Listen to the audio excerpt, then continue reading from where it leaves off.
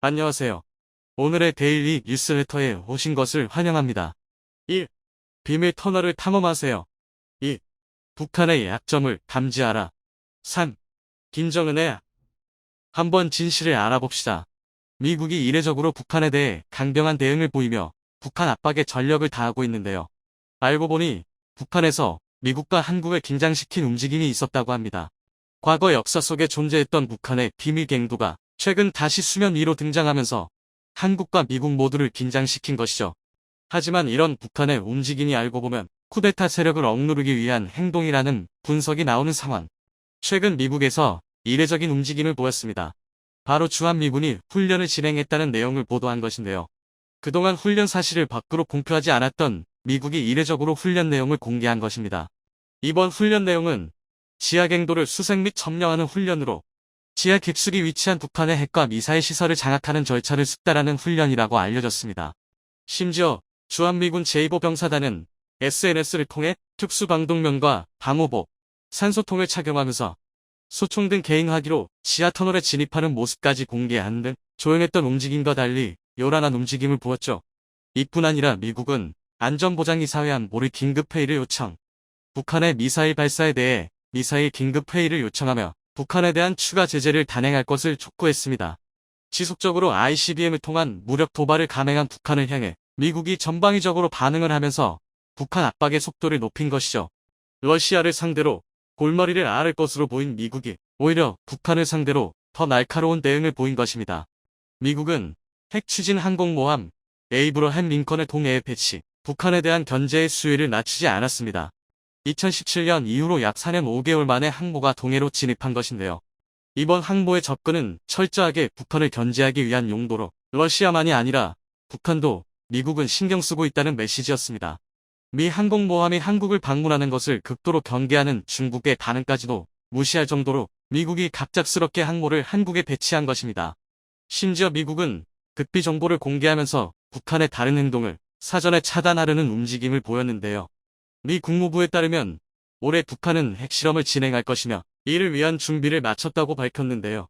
그 증거로 이전까지 계속해서 핵실험장으로 이용되던 풍계리 근처에 추가 터널이 발견되었다는 것을 근거로 들었죠. 위성 사진을 통해 분석한 결과 불안한 지반으로 인해 핵실험이 어려워진 기존 갱도를 버리고 새 갱도를 설치, 여기서 핵실험을 강행할 것을 미리 밝혀낸 것이죠. 통일부도 이례적으로 북한의 움직임을 상세하게 공개했습니다. 최근 개성공단 내 차량의 움직임이 빈번하다는 사실을 드러내며 그동안 개성공단 내 시설 가동을 중지했던 북한이 마음먹고 시설 가동에 들어간 것이라는 분석을 내놓은 것이죠.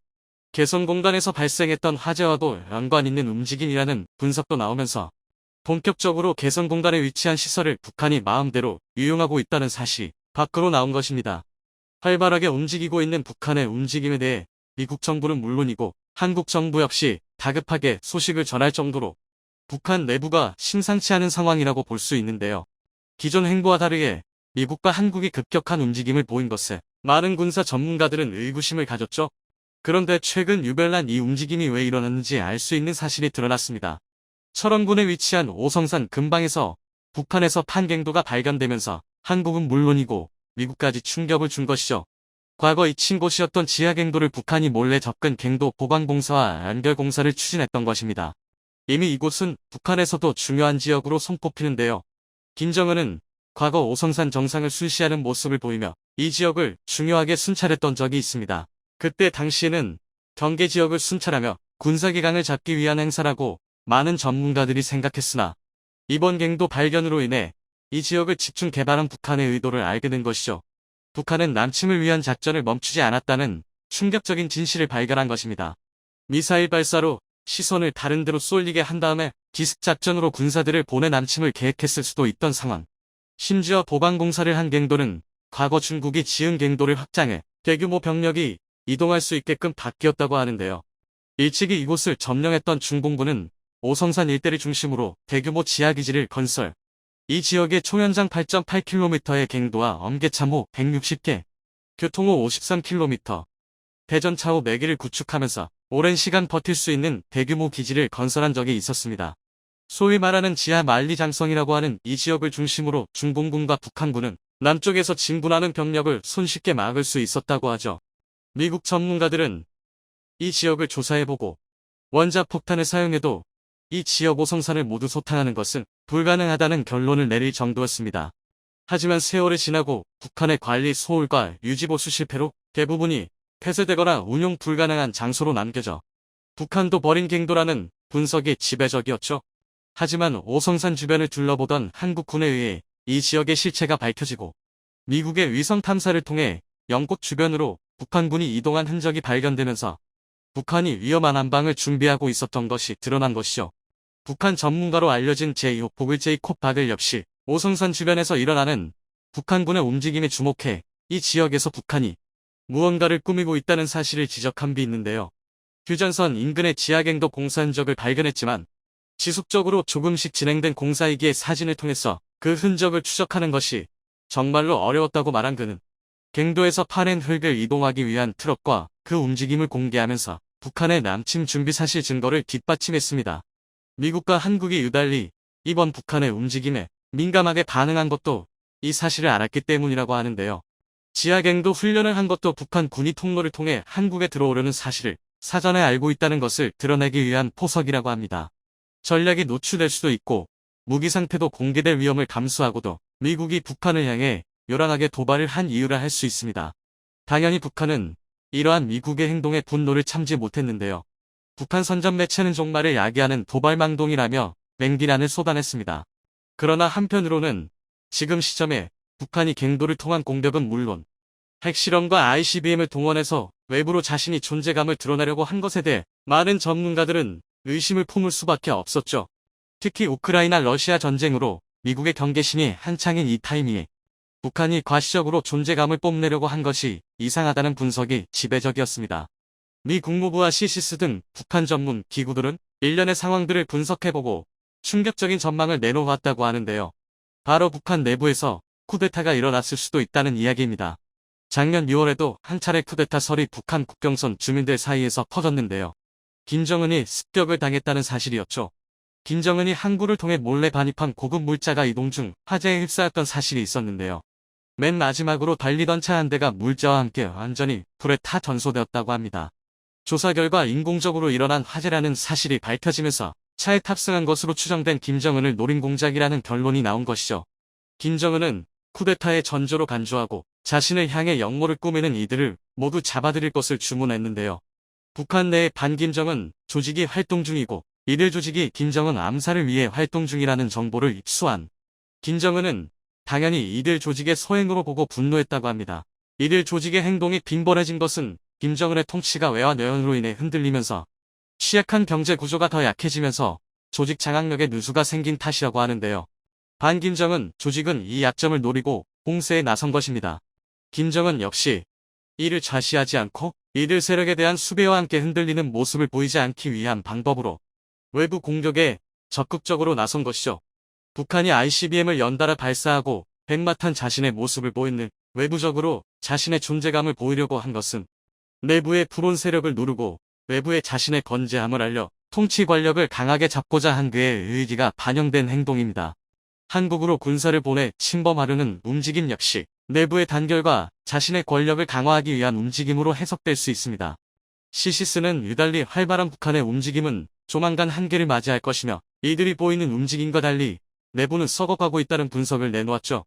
잇따른 도발로 한국을 끊임없이 자극하는 북한. 지금 보이는 움직임이 어쩌면 북한이 보이는 최후의 발악이 아닐지도 모르는 상황.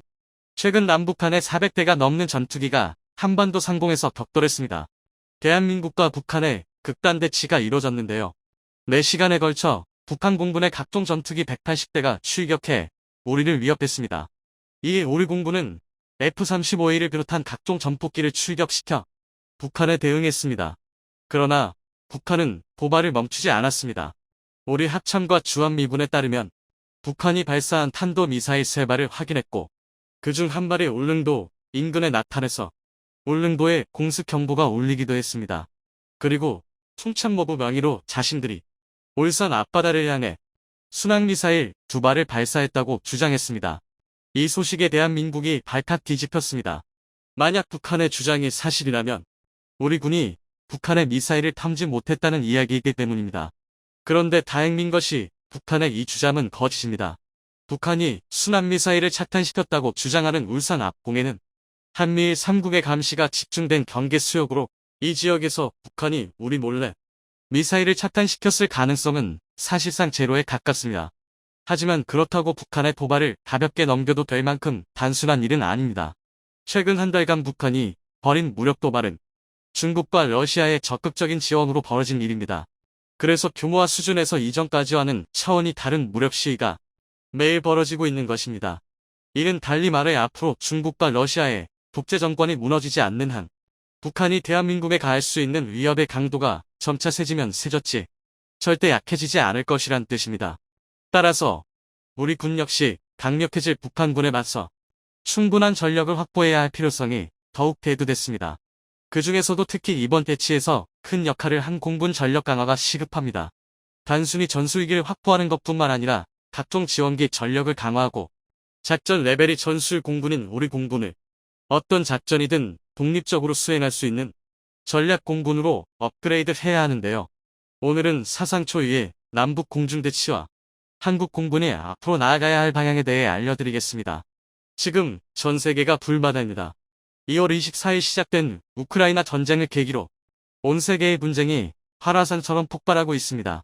우크라이나 전쟁으로 우크라이나산 곡물이 끊기면서 최악의 기아에 직면한 아프리카는 물론이고 세계 패권 경쟁 구도에서 미국과 러시아가 빠지면서 여기에 생긴 힘의 공백으로 인해 중동은 지역 강국 간의 충돌과 더불어 시민혁명으로 인한 내전으로 번지고 있습니다. 또 소련 시절 엉터리로 짜인 국경으로 인해 충돌이 벌어지고 있는 중앙아시아에서는 또 다른 전쟁의 기운이 감돌고 있습니다. 뿐만 아니라 벌써 2년 차에 접어든 미얀마 시민혁명 등 온 세계가 전쟁의 도가니에 들어서고 있습니다. 심지어 현재를 기준으로 1990년대 동남부 유럽을 피로 물들였던 유고 내전의 최대 격전지 코소보에서 세르비아와 코소보의 군사 갈등이 격화되고 있습니다. 솔직히 이쯤 되면 세계대전이 아닌가 싶기도 합니다. 그러나 국제 정치학자들은 세계대전이라는 말을 하고 있지 않습니다. 그 이유는 세계에서 가장 큰 화약고가 폭발하지 않았기 때문인데요. 그곳은 바로 동북아시아입니다.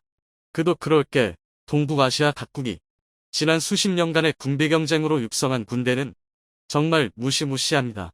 러시아의 몰락으로 이제는 명실상 부한 세계 2 군사 강국이 된 중국이 있고 군대가 아니라고 주장하지만 세계 어느 나라의 군대와 비교해도 손색이 없는 강군인 자위대를 보유한 일본, 그리고 틈만 나면 핵을 쏘겠다며 미사일과 포탄을 난사하는 미치광이 북한과 그런 북한을 대적하기 위해 미국을 제외하면 사실상 서방 최강의 육군 전력을 유지하고 있는 대한민국 등 현재 동북아의 국가 중 군사적으로 만만히 볼 나라는 단 하나 없습니다. 심지어 중국이 언제든 부술 수 있다고 취급하는 대만의 군대조차 전 세계 국방력의 상위 10%에 충분히 드는 강군입니다. 그만큼 지금의 동북아에서 전쟁이 터진다면 그것이 바로 세계 3차 대전의 시발점이 될 것입니다. 이러한 상황들 때문에 세계 군사 전문가들이 만약 동북아시아에서 전쟁이 나면 그것은 세계대전이라 이름 붙일 만한 대격전이 벌어질 것이다라고 주장하는 이유입니다. 이런 이야기는 사실 우리 입장에서는 그다지 생각하고 싶지 않은 이야기입니다. 그러나 우리의 바람과는 반대로 날이 갈수록 동북아 대전의 가능성이 올라가고 있습니다. 이번 3연임에 성공한 시진핑은 중국 내부의 불만을 돌릴 타겟으로 대만 침공을 노골적으로 준비하고 있으며 이를 저지할 대한민국을 견제하기 위해 뒤로 북한을 지원하면서 군사적 긴장이 급속도로 고조되고 있습니다. 이에 우리 군도 경계태세를 강화한 채 사태를 예의 주시 중인데요.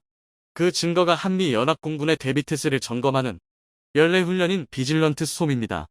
비질런트 스톰 훈련은 한반도 전시작전 준비훈련으로 펜5를 대체한 훈련입니다. 펜5는 코리안 페닌슐라 레디니스 오퍼레이션 엑서사이즈의 야어로 전시 한반도에서 싸울 작전 태세를 점검하는 훈련입니다. 한미연합군은 2015년에 이 펜5 훈련을 비질런트 에이스로 변경하며 목적성과 규모를 키웠는데요. 앞에 붙는 비질런트는 경계한다, 방심하지 않는다는 뜻이고 에이스는 에어 컴포넌트 엑서사이즈로 공군 구성군 훈련을 뜻합니다. 간단히 말해 한미연합사 산하 조직 중 전시에 한국과 미군의 공군을 통솔할 연합공군 구성군 사령부를 중심으로 전시태세를 점검한다는 건데요. 그런데 북핵 위기가 한창이던 2017년에는 전투기가 무려 230대가 동원됐습니다. 이 훈련에는 우리 군의 거의 모든 주력 항공기가 총동원됐는데요. 이 때문에 북한은 비질런트 에이스 훈련을 굉장히 무서워했습니다. 그도 그럴 게 북한 전투기 100대가 와도 우리 전투기 10대가 붙는다면 북한은 한국군의 전투기를 단 한 대도 격추시키지 못하고 순식간에 전멸할 정도로 한국과 북한의 공군력 격차는 엄청납니다. 더군다나 북한 공군은 열악한 재정과 제재로 인한 물자 부족 때문에 100대는커녕 10대를 띄울 때도 손을 벌벌 떨어야 합니다. 그러니 한미연합군이 200대가 넘는 전투기를 띄웠다는 것은 만약 한국과 미국이 폭격을 결정한다면 북한은 그대로 끝장난다는 뜻입니다. 당연히 북한의 지도자 김정은 역시 금수산 태양궁전에 전시된 할아버지와 아버지의 뒤를 따라 삼도천을 건널 수밖에 없습니다.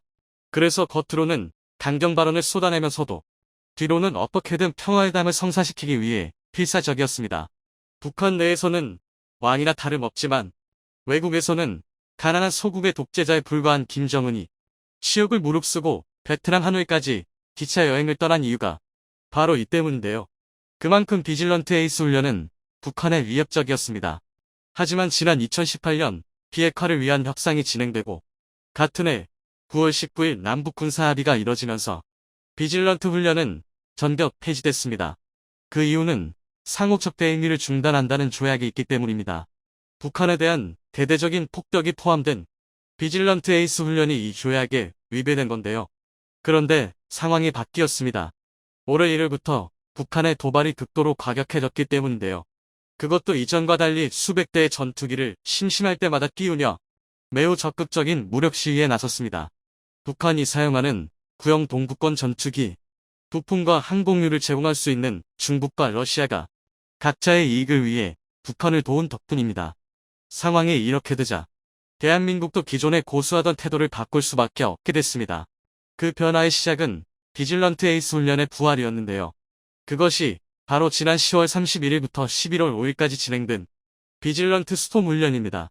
비질런트 스톰에서 스톰은 폭풍이라는 뜻도 있지만 스트러티직 오피에셔널 레디니스 모멘텀이라는 뜻도 있는데요. 간단히 말해 전략적, 작전적 준비태세가 잘 유지되고 있는지 점검한다는 말입니다. 이에 대해 전문가들은 한미연합공군이 파괴해야 할 표적이 초대형 방사포, KN-23 같은 작전적 목표와 ICBM과 발사대, 김정은이 사용할 벙커 등 전략 목표로 다변화되면서 훈련의 개념이 변화했다고 분석합니다. 그 증거로 이번 훈련에 동원된 한미연합군의 작전기는 무려 240대 달했습니다. 이는 직전 최대 규모였던 2017년에 230대를 뛰어넘는 어마어마한 규모인데요. 이 중 한국이 140대, 미국이 100대를 동원했습니다.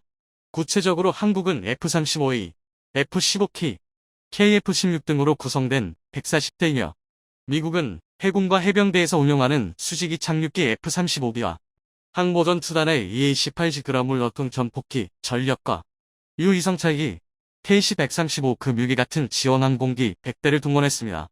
여기에 더해 호주 공군이 파견한 KC-30A 1대가 훈련에 동참했습니다.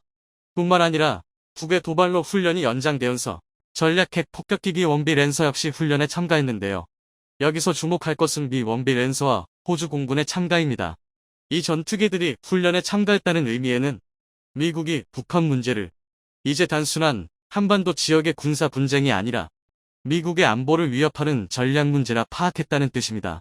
구체적으로 랜서의 출격은 북한이 핵을 사용했을 때 즉각 응징할 수 있다는 것을 북한에 보여주는 것이고 호주 공군의 참여는 북한의 선제 공격 또는 중국의 개입이 한국 전쟁에서 유엔군이 참전했던 것처럼 국제전쟁으로 발전할 수 있다는 것을 보여주기 위한 중국에 대한 압박입니다. 그리고 2022년 현재 중국과 북한은 미국의 경고를 무시하고 무력을 사용할 능력도 각오도 없습니다. 현재 북한의 상태는 남침은커녕 미사일 발사에 필요한 연료도 수급하지 못하는 실정이라 사실 미국의 눈치를 보기 급급한데요. 그러니까 당장 남북이 전면전을 할 걱정은 하실 필요가 없습니다. 그런데 이게 안양 좋은 건 또 아닙니다.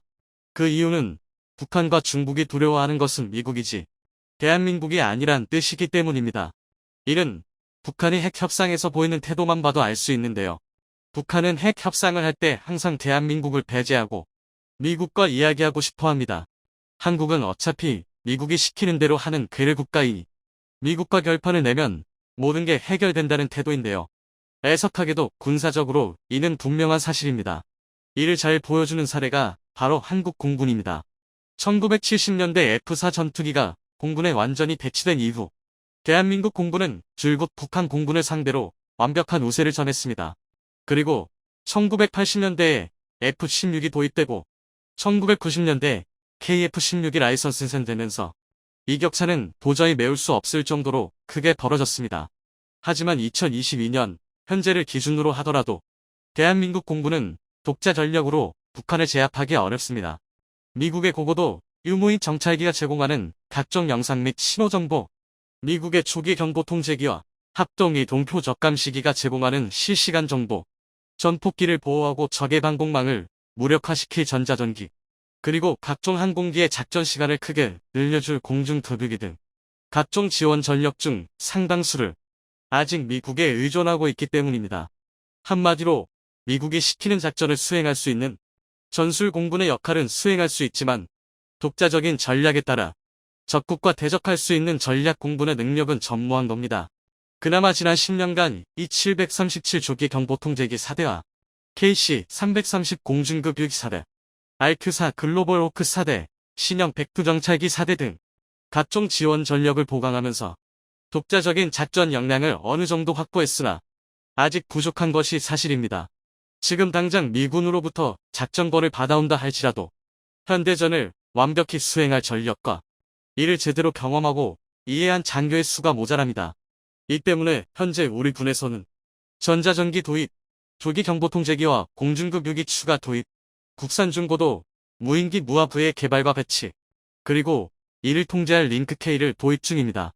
공군이 도입한다는 모든 무기들이 계획대로 도입된다면 우리 공군은 미 공군의 통제를 벗어나 당당히 우리의 의지대로 활동할 수 있게 되느라, 즉 진정한 의미의 전략공군, 자주공군이 될 수 있게 되는 것입니다.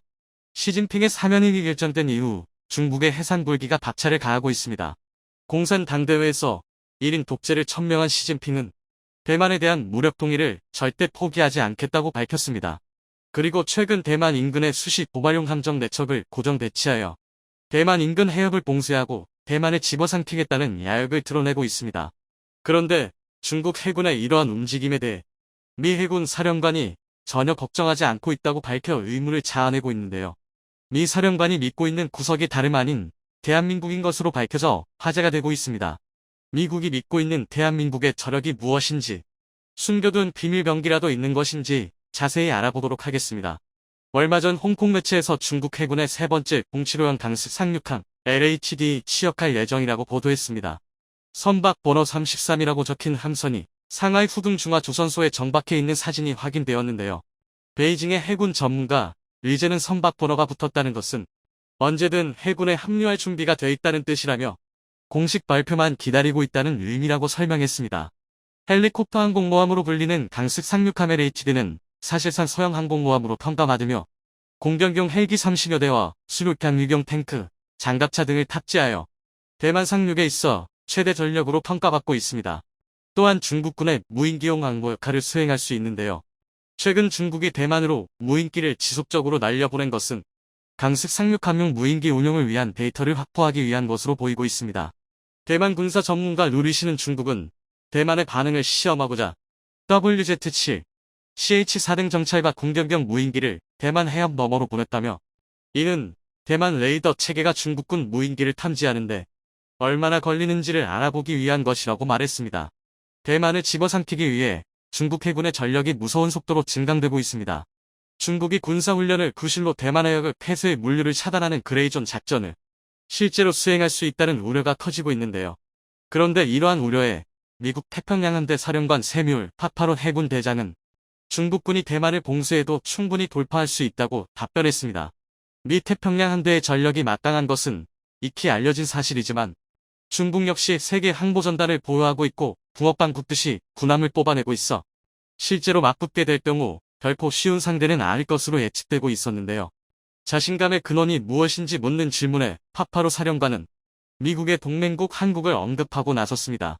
파파로 사령관은 한국을 비롯한 동맹국의 전력이 나선다면 얼마든지 중국의 대만 해협 봉쇄를 깨버릴 능력이 있다고 말했습니다.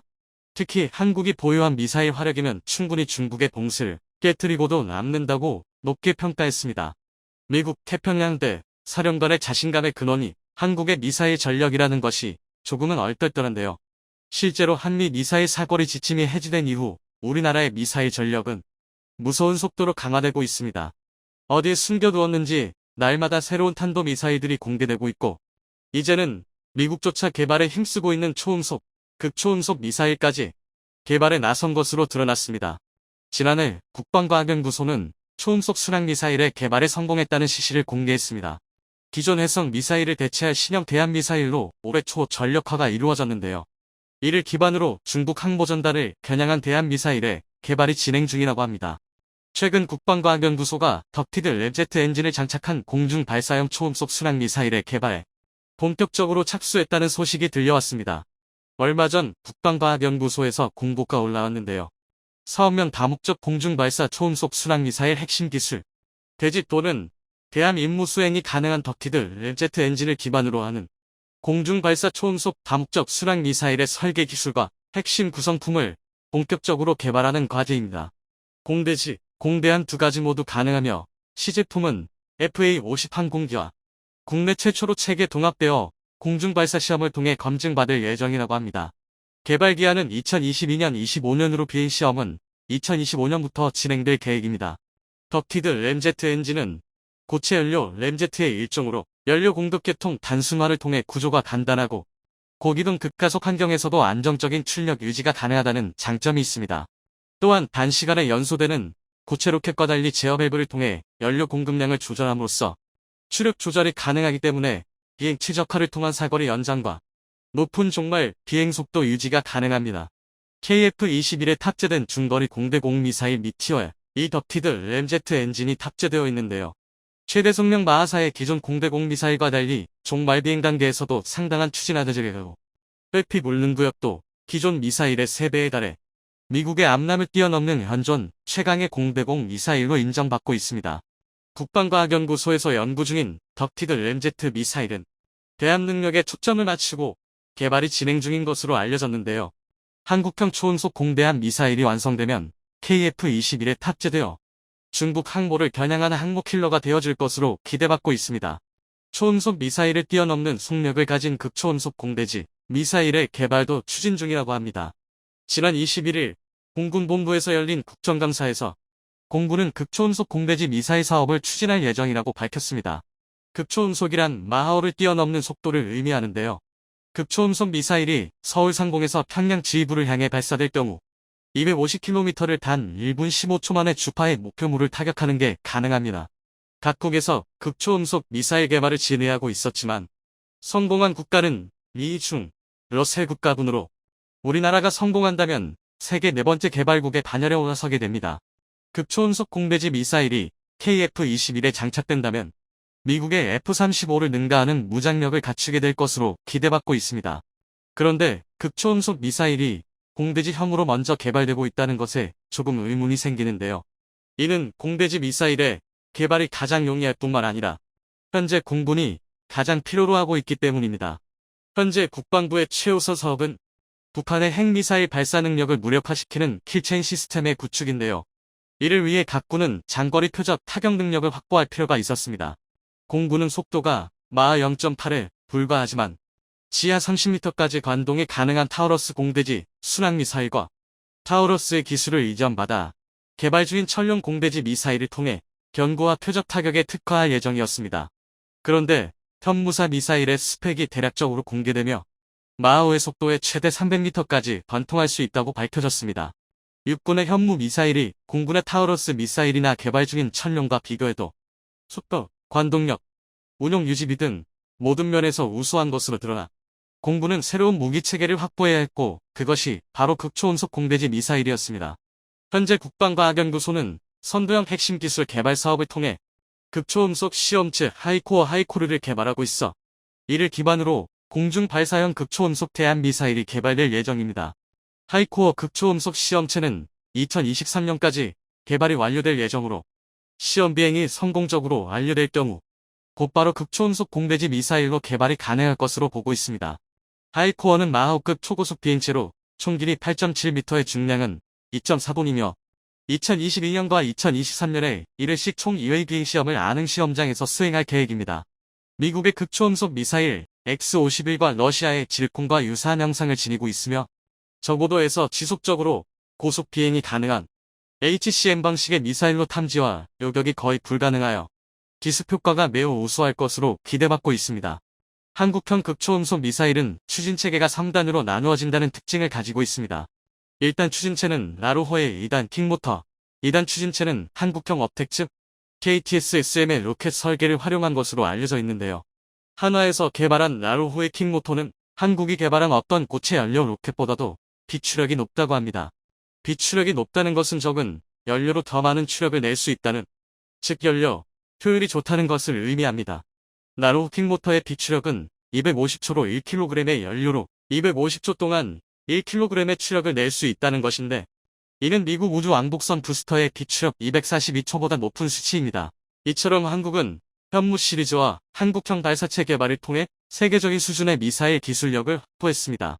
극초음속 미사일 개발도 시간 문제로 2030년이면 극초음속 미사일, 초음속 배공 미사일을 포함한 마땅한 미사일 전력이 갖추어질 것으로 기대받고 있습니다.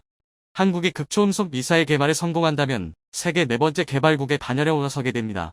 극초음속 미사일의 마하우가 넘는 속도로 인해 현존하는 탄도미사일 요격 시스템으로는 제한적인 요격만이 가능하고 마하 10 이상의 속도에서는 사실상 요격이 불가능해 현대전의 게임 체인저로 각광받으며 각국에서 개발에 힘쓰고 있었습니다. 현재 극초음속 미사일의 개발에 성공한 국가는 미, 중, 러 세 국가뿐으로 그중 러시아와 중국만이 실전 배치를 완료했고 미국은 아직 시험 발사를 진행하고 있습니다.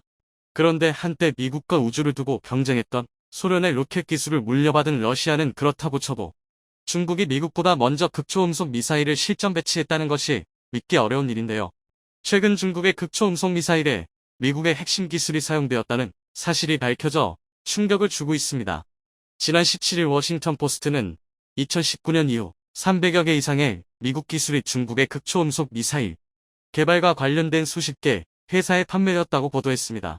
게다가 이 중 미국 국방부의 기술 개발 지원 대상에 포함된 기업도 있었던 것으로 밝혀져 사실상 미국의 세금이 중국의 무기 개발에 흘러간 셈이라고 할 수 있습니다. 이러한 사태가 한국에서도 일어나지 않도록 개발에 철저한 보완이 이루어져야 할 것입니다. 그리고 대한민국을 지키기 위해 오늘도 불철주야 연구에 힘쓰고 있는 연구진들에게